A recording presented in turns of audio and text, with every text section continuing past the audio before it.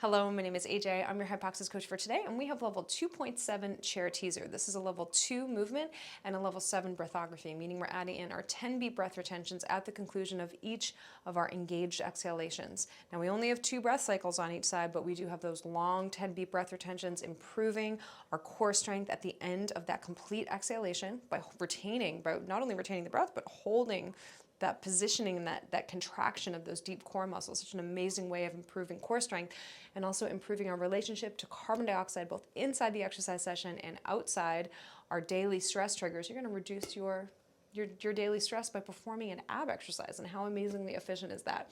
Okay, that's your pep talk, so let's get into it. Ball goes in between the inner thighs, and if you're working with a hypoxia coach and they've suggested some kind of variation on the exercise, always follow that because that's there to optimize your program.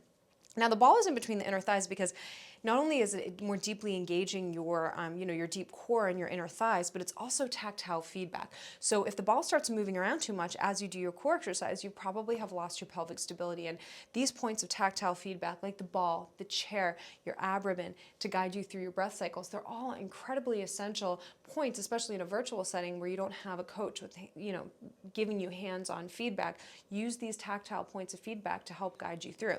Now here, we're going to start squeezing the ball. Knees are over the third toe. The weight is equalized between the 3 points of the foot tripod. That's big toe, pinky, heel to begin. Then we're going to find our neutral spine. So we're not tucked, we're not arched, overusing the low back. We're about halfway between the two. And then you're making sure that your weight is equal between 2 sit bones in this direction. Many of us are leaning on one side or the other, and sometimes that comes from chronic tension on one side of the spine or the other. So let's just try to slowly get to a place where you're more equal between those 2 sit bones. Again, tactile feedback. Now you're using the chair and your sit bones for that tactile feedback.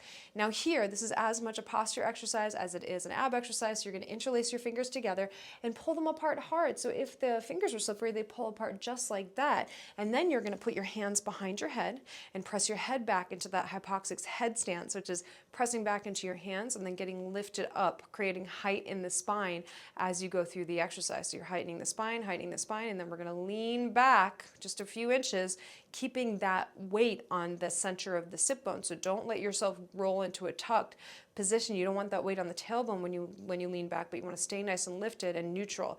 And it's okay to feel your hip flexors. This is also a hip flexor strengthening exercise. I just want to make sure that you're feeling your abs as well. It's a common myth that we shouldn't be working our hip flexors in an ab and core exercises. The hip flexors are part of the core, just like the abs are. It's just that many of us over rely on the hip flexors and you only feel hip flexors and low back here. Well, that's a problem, and this is why the complete engaged exhale is really powerful to integrate that, the abs in an exercise like this. Okay, now here we are going to lift our left foot off the ground. When you lift your left foot, don't let your pelvis rotate to the left. In fact, close your eyes. Lift that left foot. Are you keeping your weight equal between the 2 sit bones, and are you stabilizing the pelvis? That's what we're going for here, and that is the exercise.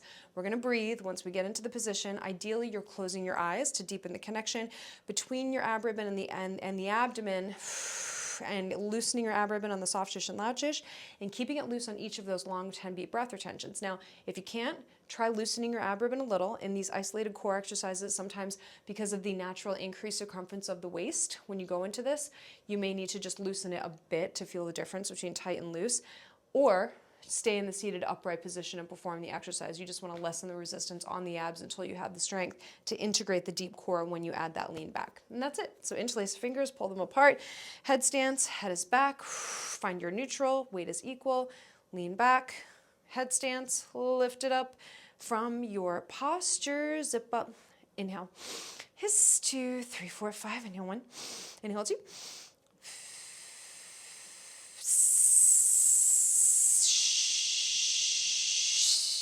loosen the ribbon, you're holding 10, 9, keep it loose, 8, 7, head back, 6, 5, 4, 3, 2, and 1, tighten the ribbon, but stay engaged. Inhale.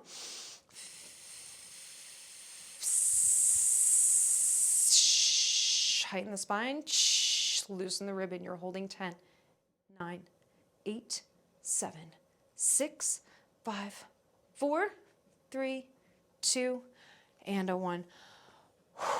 Amazing work. Now it's time to do it on the other side. So either rewind the video about 60 seconds so we can perform the exercise together, or you can try it on your own. Once you're skilled at the exercise, just stay true to that tempo, frequency, intensity, and duration of each of your breathography breath cycles. You may want to put a metronome on your phone at 60 beats per minute to get guided with that long 8-second engaged exhale and those 10 beat breath retentions.